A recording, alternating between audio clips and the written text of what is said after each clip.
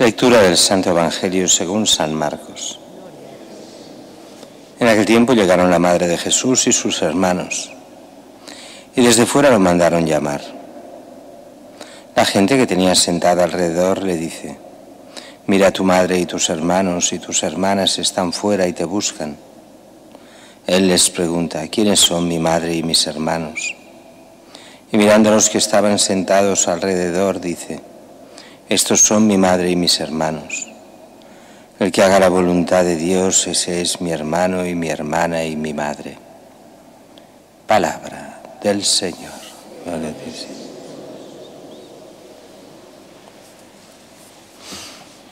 La primera lectura va insistiendo en todos estos días en esta carta a los cristianos hebreos, o sea, de origen hebreo, el gran problema que tenían los primeros cristianos, que eran los primeros cristianos que, siendo de origen judío, les costaba entender esto de acabar con las tradiciones de culto.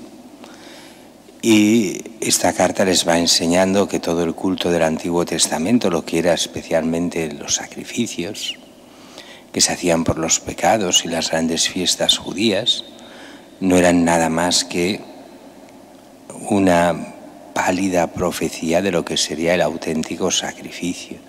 Todos esos sacrificios son rechazados en nombre de un único sacrificio.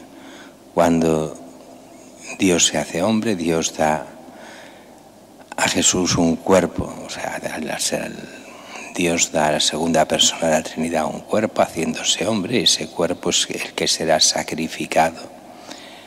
Dice: aquí seremos santificados por la oblación del cuerpo de Jesucristo, hecha una vez para siempre, un solo sacrificio.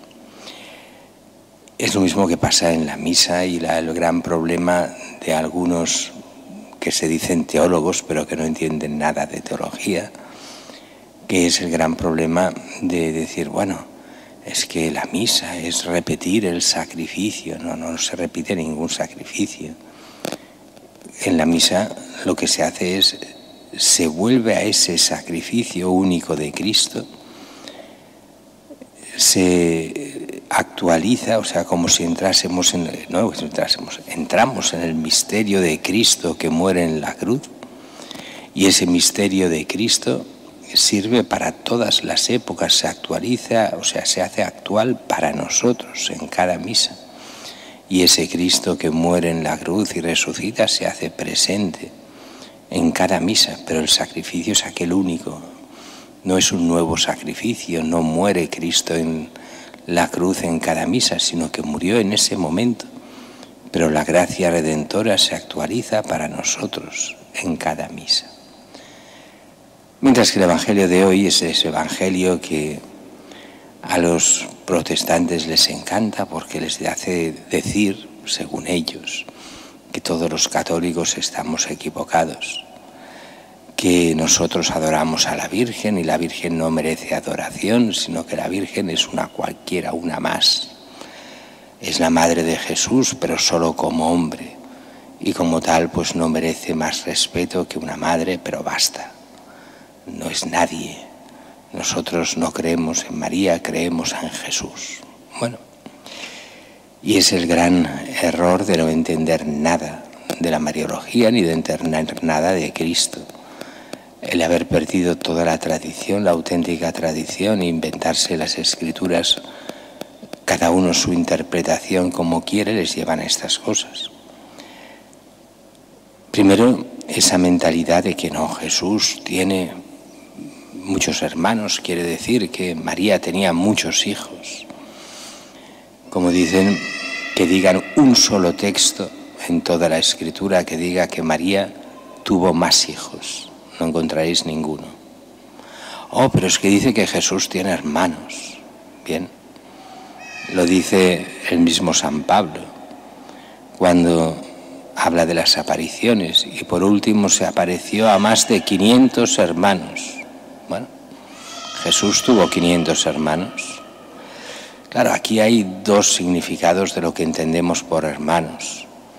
Los hermanos en sentido aramaico, o sea, en el sentido de lo que entendían los arameos, que quiere decir simplemente los parientes, y en ese sentido Jesús tenía parientes y estos hermanos y hermanas son los parientes de Jesús, entre los que hay un par de apóstoles, Santiago el Menor, el hermano del Señor, entre otros. Y le llaman el hermano y todo el mundo sabe que no es hermano de Jesús. Se dice en otro lugar quién es su madre. No son hermanos de sangre, pero no importa. No importa para el que no quiera creer. Y que Jesús es hijo único está en toda la Escritura, pero no importa. El que quiera pensar otra cosa, no, los hermanos de Jesús. Jesús tenía hermanos, lo dice la Biblia. Sí, pero ¿en qué sentido de hermanos? En el sentido de parientes, no en el sentido de hermanos de sangre. Pero así todo dice, vienen tus hermanos a verte, o sea, vienen tus parientes. Es como aquello que la gente, vienen de Nazaret, pues son tu familia, vienen de Nazaret, ahí donde creciste. Bien, ¿quiénes son mis hermanos y mi madre? Dice Jesús. Y dice que mira a todos los discípulos, a los que están sentados alrededor y dice, estos son mi madre y mis hermanos, el que hace la voluntad de Dios, ese es mi hermano y mi hermana y mi madre. Y ahí vendrá todo el sentido de los cristianos como hijos de Dios y como hermanos en Cristo. El auténtico, mucha gente dice, a todo el mundo, todos somos hijos de Dios. No es cierto. Hijo de Dios en sentido estricto solo es Jesucristo. Y Jesucristo hace hijos de Dios a todos los que, como dice aquí, hacen la voluntad de Dios, pasan a ser hijos de Dios, hermanos en Cristo.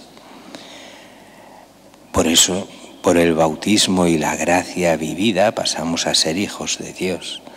Esa mentalidad, todo el mundo es hijo de Dios, no, todo el mundo está llamado a ser hijo de Dios. Todo el mundo es criatura de Dios, todos dependemos de Dios. En ese sentido muy lejano, podríamos llegar a decir todos hijos de Dios, pero en realidad es más, todos criaturas de Dios llamados a ser hijos de Dios por la gracia. Y después esta alabanza a la Virgen. La Virgen no es grande solo por ser la madre de Jesucristo, que eso ya lo hace muy grande, sino porque ella es, como dice aquí, la que ha hecho la voluntad de Dios en todo. Y lo vemos allí en la Anunciación y lo vemos en toda su vida.